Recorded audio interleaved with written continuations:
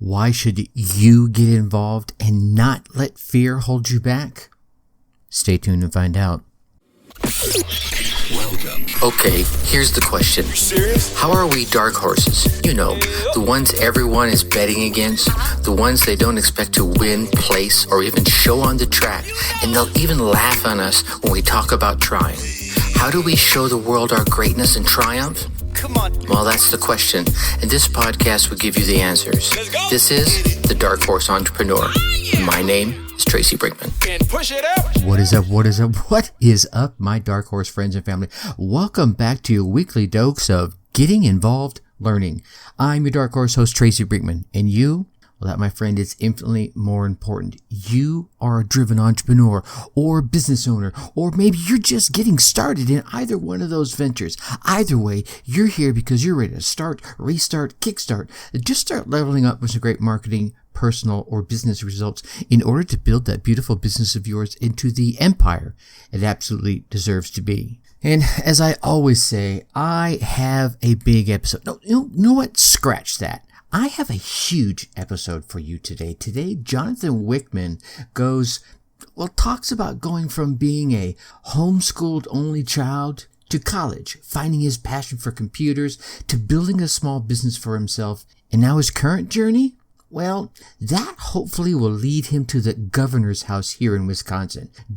Jonathan has a unique and even refreshing take on politicians and how so many of us are passionate about how we treat ourselves, our clients, and our customers. Much like I discussed back in episode 244, treat your staff like superstars, not just customers. Don't just treat your customers like that. He even has some very insightful and passionate thoughts around the hidden tax that we're all paying in our daily lives and our business lives. John is a story of getting involved. Are you getting involved as much as you should be? Let's hope so. Let's hope Jonathan's story leads you to say yes if you're not already getting involved. And if you are already involved, man, damn it, 2 huge thumbs up for you. But maybe you need to get more involved. Now, normally I have my huge thoughts at the end of this episode, and I may drop in a couple of nuggets, but what Jonathan says here, I really want to leave that for you to hear and to process. And as per usual, the dark horse, I can't even speak today. See, I'm all fanboying about Jonathan here. So let's get to that again. As per usual, the Dark Horse corrals are chock full of personal, business, and marketing GOLD spilling from every corner of the Dark Horse Entrepreneur HQ. So let's get to the starting gates and go. All right, my man, Jonathan Wichman, thank you so much for showing up and welcome to the Dark Horse Entrepreneur. Thank you, Tracy. It's great to be here. Yeah, like I was sharing with you earlier, we got to shake hands at that event not too long ago over there in Dodge County, and I was so impressed with you, and I wanted to bring you on to share some of your story. So I'm literally going to hush my mouth right now so that you can do that. You know, the good, the bad, the ugly that you've been through that brought you to where you are, and the adventure that you're trying to go on next as well. Sure. Well, I appreciate podcasts like yours because it does give everyone an opportunity to share their story. And I think sometimes the misconception around like politicians, I think people see that, politicians tend to stay with a specific general kind of, line, right? But not many of them are very real or want to be transparent in their life. And I think that's sad. I think we need more truth and transparency. But to my story, I grew up an only child, homeschooled. My father worked for MPS, Milwaukee Public School System, as a janitor, high pressure boiler operator. I came from a lower middle income, family. I mean, probably looking back in the 90s there, the average, was about 40,000, right? 42,000 a year or something like that. So, grew up in a 900 square foot home, very humble, modest means, but my old dad always taught me, have a good work ethic, whatever your hand, finds, put all your strength into it and see it through. He also put a lot of value on education. And so he saw the direction that the public school system was going, and he didn't want me to have that experience. So my mother and him decided to homeschool me, and I was homeschooled all the way up to college. So it was a really great experience. And what I liked about it most was, we had the reading, writing, arithmetic, we had the fundamentals, but Right. there was also time for me to explore things that I was naturally interested in or was kind of, attracted to. And one thing early on that I was attracted to was computers. Our first early IBM computer, I can't even remember the specs on that machine. It was like, some ridiculous low amount of processing power and RAM. Right. I remember those. Yeah. But Windows 95 was the first, terrible operating system that we put on there. And there's no, the internet, yes, but it wasn't like what it was today, right? With YouTube and everything. Right. So you were kind of experimenting, like, what is this thing I'm doing here? And my dad was obsessed with editing the registry for some reason. I don't know why. And that would crash the computer. So we had to reinstall 95 so many times. I can't remember. But I got interested in programming. So one of the first languages I learned was basic programming. And then also as the web began to develop, I learned HTML. And I was fascinated with that because I really love creating. So creating the programs and then the web pages. And then, of course, Google came along. And Google was like, wow, there's this thing called a search engine. You can type in some words and find, an index of websites. So I realized early on that, there's going to be money to be made here in business. And so when I went to college, I was interested in that. So I double majored in business and information systems, management information systems. But during that time, I was really heavily into programming. So I built a lot of websites freelancing. And when I began freelancing there on a lot of those freelance websites, that's where the entrepreneur spirit came into play, hustling jobs, bidding out projects, getting screwed over. Really, I remember doing this one project and releasing the files, in good faith. And I never got paid for the work. So you learn those hard lessons, right? And you learn how to protect yourself. But then, after college, I went into corporate world, doing a lot of the same things, marketing, developing. I got tired of the corporate life. I just did. I saw how they were treating people. It was unnecessarily cutthroat, honestly. I glazed through some of your podcasts, and you talk about treating your employees. Was it better than the customer or something like that, right? Treating employees, and I never saw that really. There was one company I worked for where they did a really awesome job of that. They really did. They changed my life in a profound way.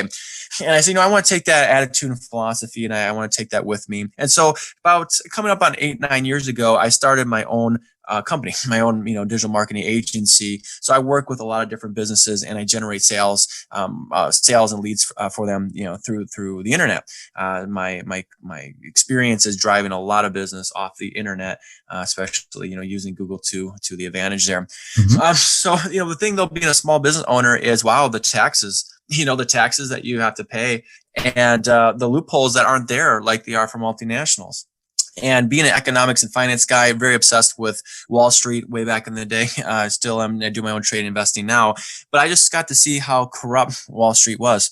And then I began to learn the incestual relationship, that's what it is, between the federal government and Wall Street and the Federal Reserve. I mean, they're all tied into place, right? Yeah. And with the Federal Reserve having unlimited power to create money out of thin air, that gives the federal government the ability to spend endlessly and to drive, national debt and deficits way up.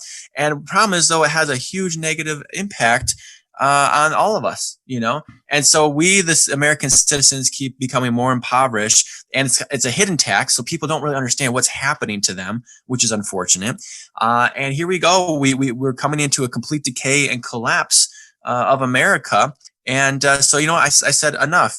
So I'll stop there because I know Tracy, I'm half Italian, so I could talk and talk and talk. But there's so much backstory that brought me to this point in today, where I decided to run for governor about 15 months ago. So, and there's the big one. So, there's a lot to unpack there. First, there is. Right? I apologize. That's great. This is good stuff. And I want to back up a little bit. So, I think the first thing that caught my ear was your dad saw, back when you were a youngster, that the public school system isn't all that hot for you, and he's like, "No, we're going to homeschool my guy," and obviously it paid off pretty well over time. And yes. I think.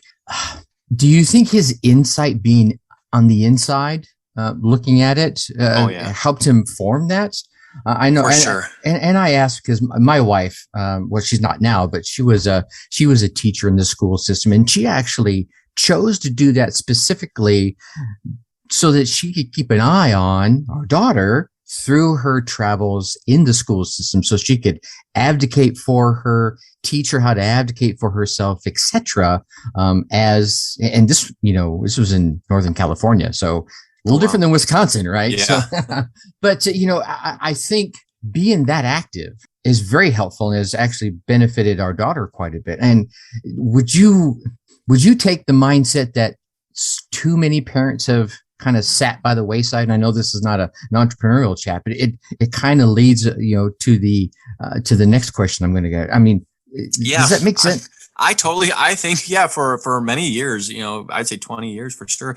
I'd say a lot of American parents have kind of had a hands-off approach when it came to their children in public schools. Not everyone, you know what I'm saying? But I think they trusted that, okay, the teachers and the curriculum, it's good enough. It's going to teach my kid what they need to know.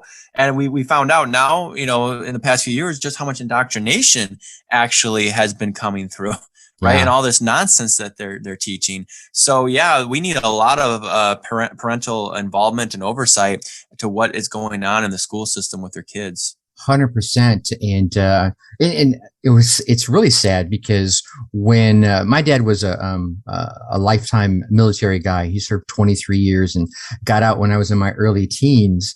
And so we moved out to Southern California. And when I joined the school system out there, I was bored. I actually went to my mom and dad. Here's a great example. I figured I'm going to take a German class. I grew up speaking German. I'm thinking easy A, right? Yeah. And one of the first tests I got, I failed it, totally flunked it. I'm like, what the hell's up with this? And I showed it to my dad, who was raised by a German, right? Could speak it fluently. He's like, all these answers are right.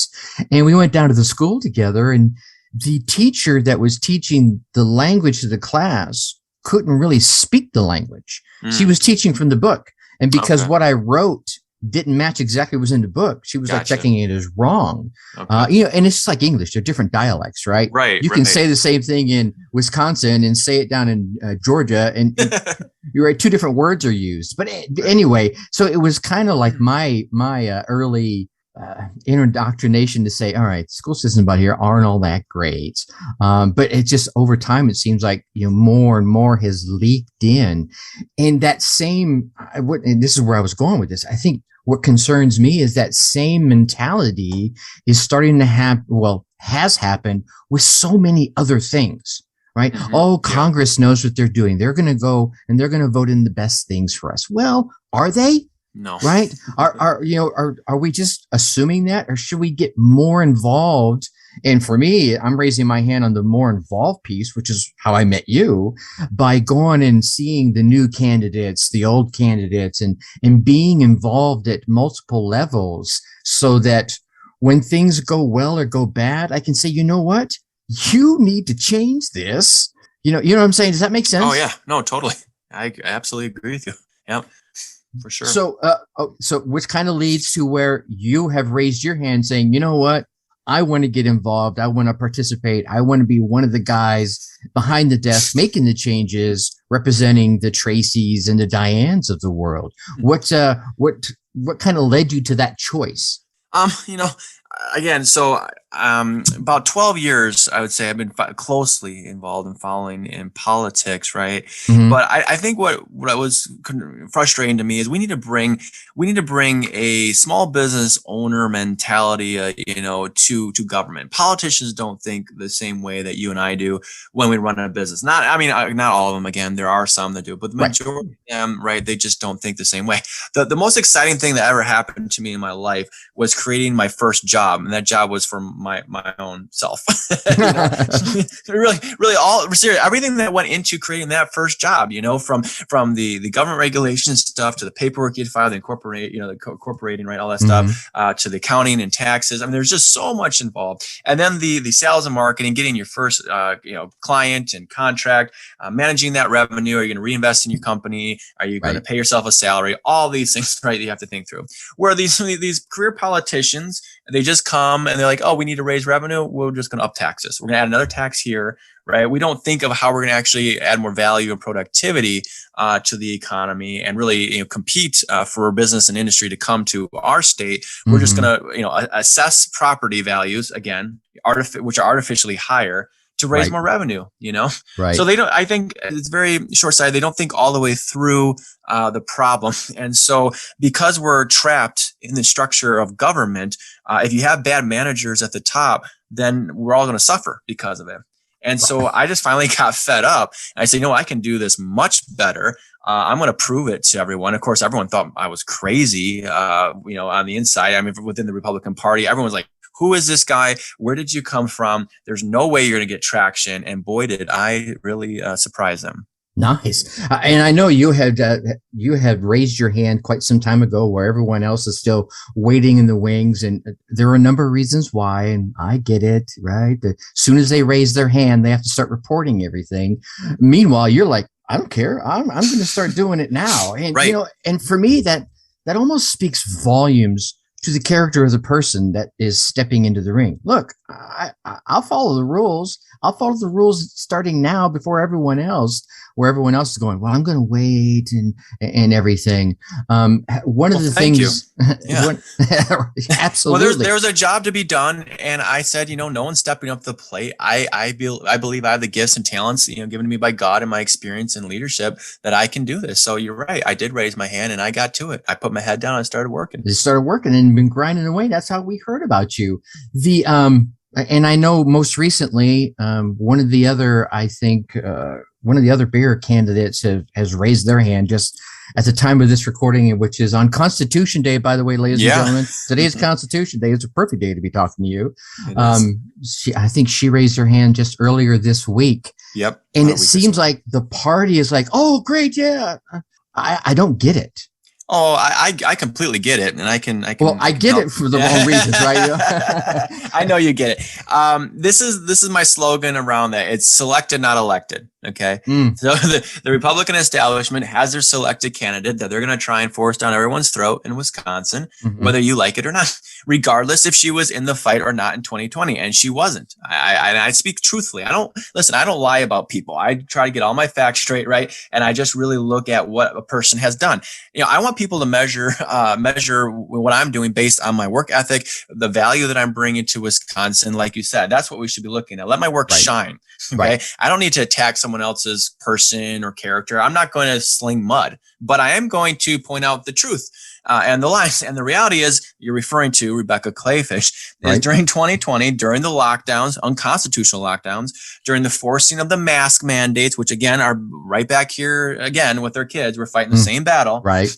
And then also the forcing of the COVID shot and tying it to your employment or entry into businesses. I was out there in the forefront immediately on May 2020. So I've been campaigning about 15 months now, but I wasn't campaigning for governor. I say it's fighting for my freedoms. Right. That's what's most important. I recognized the absolute loss of my freedoms. That's what was at stake. That's what motivates me every day when I wake up working 12 hours a day for 15 months. I'm not doing it because it's fun. There's other things I'd rather be doing with my time, but I recognize that this is a huge infringement on my freedoms. And without my freedoms, I have nothing. You're now listening to the Dark Horse Entrepreneur Podcast. I'll have nothing, right? And that's what motivates me. So I got in the fight. I went to school board meetings. I advocated on behalf of parents and their children to make masks optional. I said, I warned people in my podcast, my education material. I said, they're going to tie the shot to your employment. Sure enough, that's what they did with the healthcare workers. I went on their behalf and I went and spoke and rallied with them. Rebecca was nowhere to be found during this, right? So my question to everyone who's evaluating her as a potential governor candidate is this. If she knew she was going to run for governor, in the 2022 election, if she knew this, if that was her plan all along, then why wasn't she anywhere to be found in 2020? You think it's a perfect opportunity to demonstrate your leadership, to really be out there vocal. She had a platform. She had 40,000 Facebook, followers, right? A social media presence. She had people on there. She was nowhere to be found in being vocal and front and center, saying this is unconstitutionally wrong. We have to fight for our freedoms, right? Here's the plan. Let's get to it. I was the only one doing that. 100%. And that's... where do you go with that? It's just, there it is right there. And I think one of the things for me when it comes to folks, and it's a hot topic. I get it. Politics is like, religion. You usually have your opinions and you're pretty passionate about your opinions, and God love you for that. But when someone says, you know what, I think I'm going to vote for X, whoever X happens to be, and you ask them the simple question, well, why? Right. And they can't articulate anything, right? Like you were very simple. It's like, here's the thing. Where was she during this time? Where, here's what I was doing during this time. And I wasn't doing it for, all the bells and whistles and the camera lights. But it was because I was losing my freedoms. I was getting involved. While others are sitting, like we were talking about earlier, are sitting on the sidelines and just, I don't want to use the phrase, but I'm going to use it, being sheeple. There's just being led down the path, one little tick at a time. Well, first I need you to stay at home. Okay, we can do that. Okay, now you can go out of your home, but you got to put stuff over your face. Okay, well, I just want to make sure I'm safe. Okay, now you don't have to worry. You know what I'm saying? It's just, the narrative all over the place, wasn't it? Oh, it was crazy. And I know in the very first couple of weeks, we're like, okay, all right, I think they've got our best interest in mind. Is, these people are dying. I get it. I want to be safe. But then it kept inching further and further and further along. It's okay. Now we're getting a little ridiculous. Right. It became apparent pretty early on that it wasn't about it was about control. Yeah. And that's I recognize that early on. Yeah, absolutely. Why this is happening right now in America. For me, it all traces back to the financial situation. See, the United States dollar is long in the tooth on being the reserve currency. It doesn't deserve it anymore. And the new superpower and economic superpower, and they really honestly deserve that, that standard. But I don't think they even want, they don't want a world reserve necessarily, but we should for sure do not get to enjoy the privilege of what we have. I mean, we are so far in debt, everyone a consumer debt, but somehow the dollar still can buy everything, relatively cheap. Right. Mm-hmm. And they force everyone to buy oil on the dollar. And if you don't, the military comes knocking. Yeah. So it's pretty crazy. I think I was a little bit, I was a little bit naive to the overall links that you've mentioned a couple of times, right? Between the Federal Reserve and the banks and the federal government and some key players on the world stage. Right. And then I was turned on to the book, The Creature of Jekyll Island, by Edward G. Griffin. And I think you've read that too, haven't you? I have. Can you hear me? Yep, I sure can. Okay. Yes, I have completely. It's a great book. That book was it was a big eye opener for me, right? I mean, it made a lot of connections that I think subconsciously I knew were there, but I hadn't actively sought them out. Right. And I was like, oh my gosh, this makes more sense. And then you remember back, and for me, it would have been events like, the Farm Aid, right, as an example, and then the famine in Ethiopia, and all these different events that how they're all woven in. You're like, oh my gosh, it almost makes you not want to believe anything you hear at this point. It does. You're right. When I give my talks around the state, I kind of do a quick survey by raise of hands. I always say, everyone, we use our credit cards, we pay for things, with cash, but how many people here actually understand how the financial system works? Mm-hmm. And I get me one hand that raises. So we're all in the system, how it operates. And so of this, they can also hack it. They can also shortcut it, and also make it work in their favor. Knowledge is power. You have to understand the truth. And right now we're in information war where people, they have no idea. So that's why we're confused. Uh-oh. Pulled you into the matrix again. That's so bad here. Are we back? We're back. Okay. I got you on knowledge is in power on the financial system. And if they didn't understand it, they could manipulate it. That's where you were headed with that. Yeah. Oh, yeah. So the, like I said, the owners of the, financial system, they understand how it works. Mm-hmm. And so they're able to manipulate it in their favor. But everyone else who is ignorant of the truth, right? They don't understand how it works. That's why so many people are kind of stuck in the rat race. We talk about the other book I read that was great was Rich Dad, Poor Dad by Robert Kiyosaki. Yeah. I read that when I was 16 years old. And that was a big eye opener. Yeah. And so many Americans, spend money on liabilities and expenses. They don't really understand how to develop assets. Right. Yeah, I think one of the things, I think I posted it not too long ago on the socials, is that the rich invest first and then spend the rest, while the poor spend first and then invest the rest. Yeah. I wish I'd have been turned on to the Rich Dad, Poor Dad 2 decades earlier than I found it, because it was, again, another eye opener. Yeah, it's just a different mindset that, the rich have versus people that, maybe don't. It's a total mindset. And yeah, it's what we're trapped. And it's not like some crazy, secret no, not really society kind of thing. It's just kind of a simple flip of the script. You're like, wow, I never thought about that. I think one of the things that I learned most recently, and then I want to get into giving you an opportunity to talk about your race here.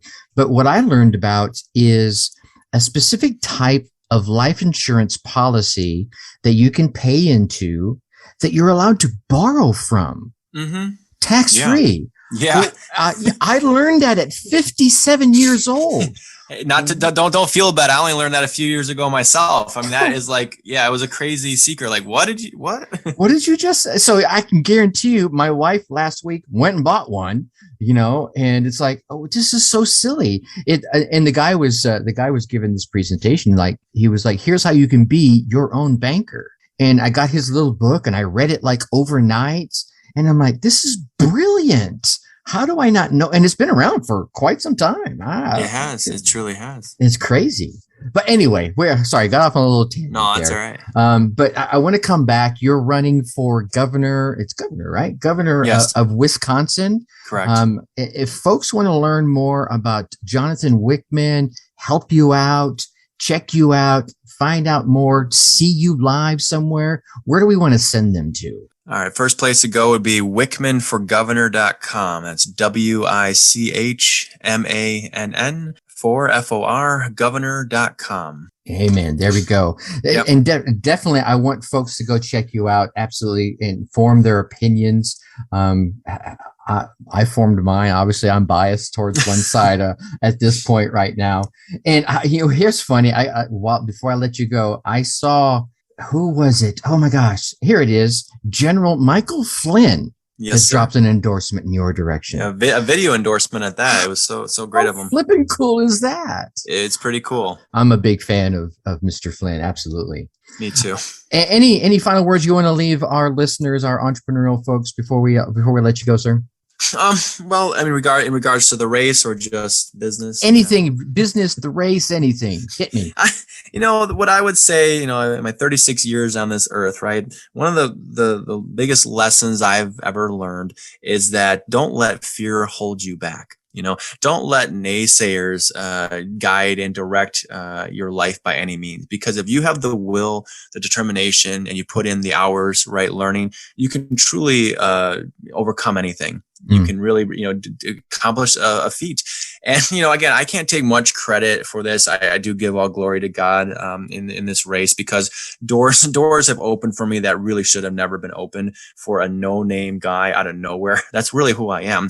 But like you said, in 15 months, I reached 400,000 people in the state of Wisconsin, right? I reach them every month with my messaging. That's the kind of support base I have. Many counties, one after another, county dropping with leadership teams, ground games building. And again, this all led up to an endorsement from General Michael Flynn. Who worked and served under President Trump.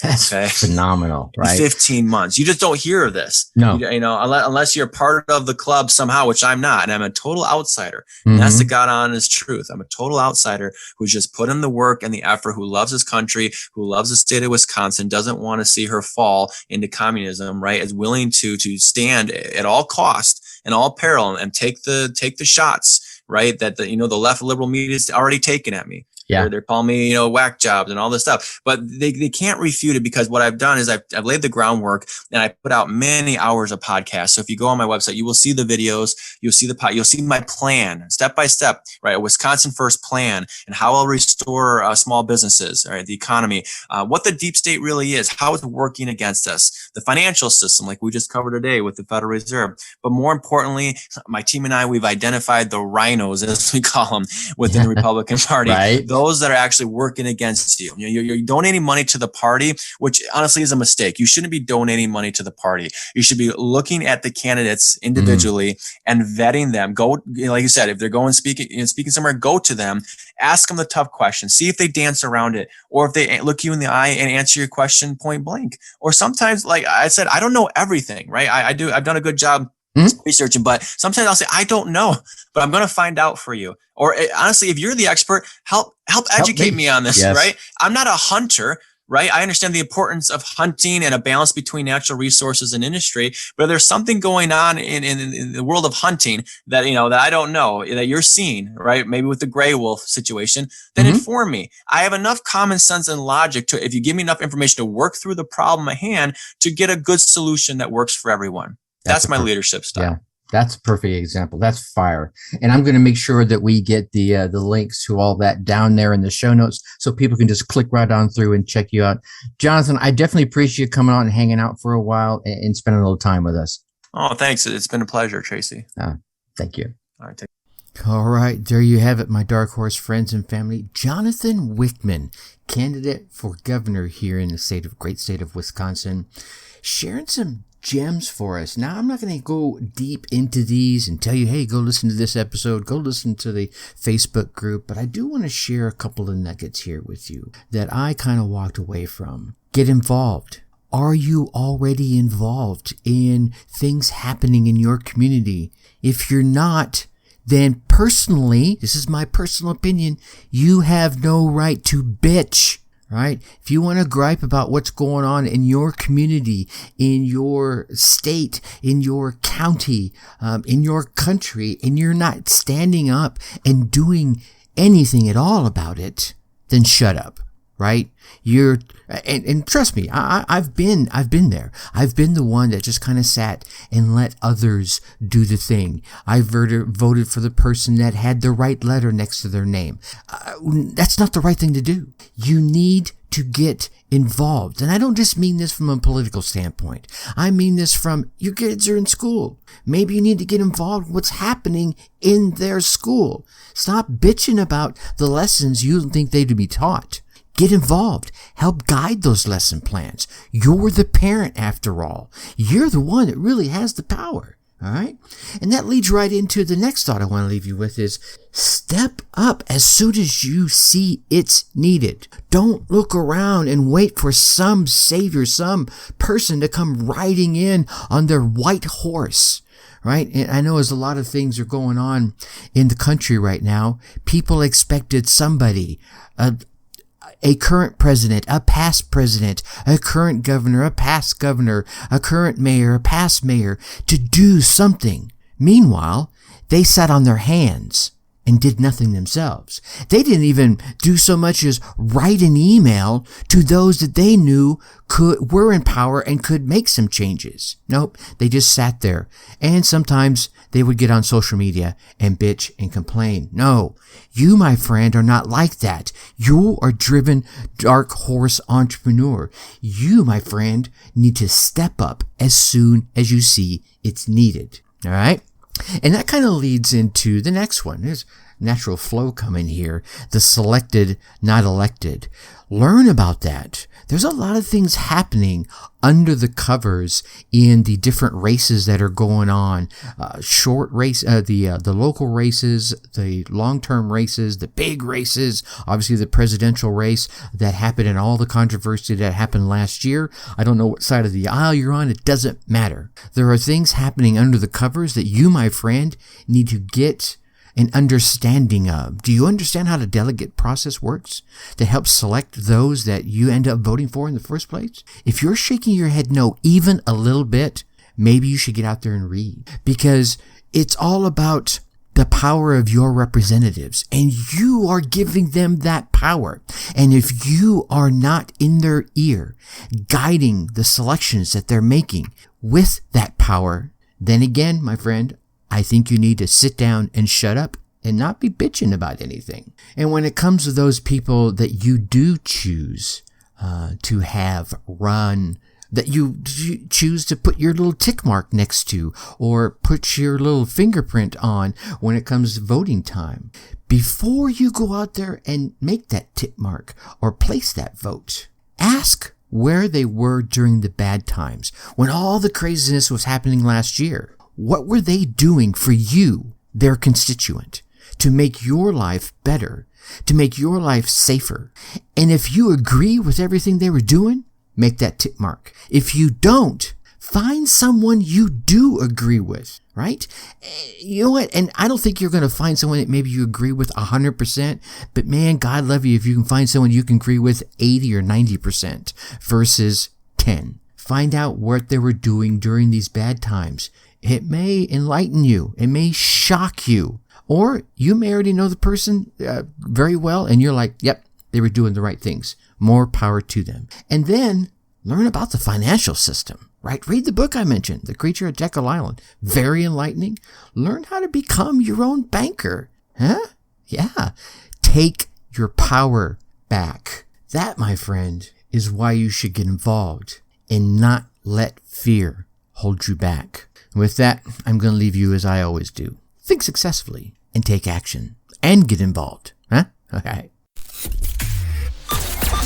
Thank you for listening to the Dark Horse Entrepreneur Podcast. And you know this! Thanks for tuning in.